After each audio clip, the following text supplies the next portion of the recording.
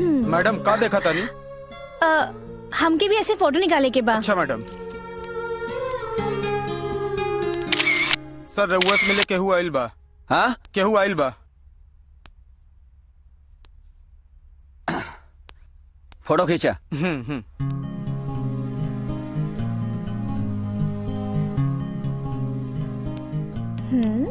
Hello hello, ये सब heroine के फोटो आप खींच ले बानी?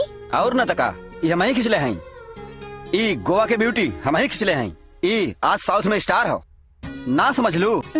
नई लेकिन की स्टार बनावे में रोनी एक्सपर्ट हो। वो कहाँ मिली है? रघुआ मजाक करता नहीं। Good joke. I am creative cameraman Roni. ओ Roni, sorry sorry Roni ji. No no no no problem. वैसे हम बुरा ना माने ले। अच्छा कैसन फोटो चाहिए, पासपोर्ट या शादी खातिर? मॉडलिंग करे खातिर खिंचवावे के बा। तू और मॉडल?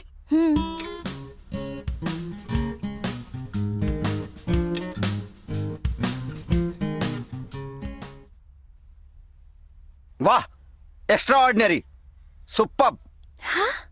तू तो आसमान से उतरल परी लागत आरू। लेकिन कुछ मेकअप करके फोटो खिंचाई। ओ कैसे?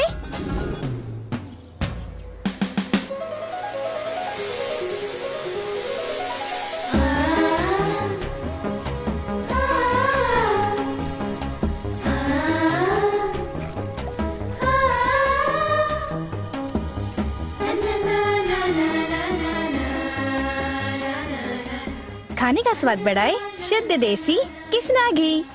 कट इट।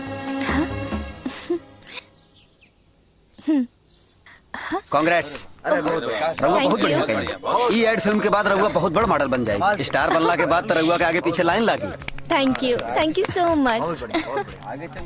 आज हम जे कुछ बानी सब आपकी वजह से। रघुआ एकर काबिल बानी। मुबारक हो मैडम। Thank you. मुबारक मैडम। बधाई हो मैडम। Thank you.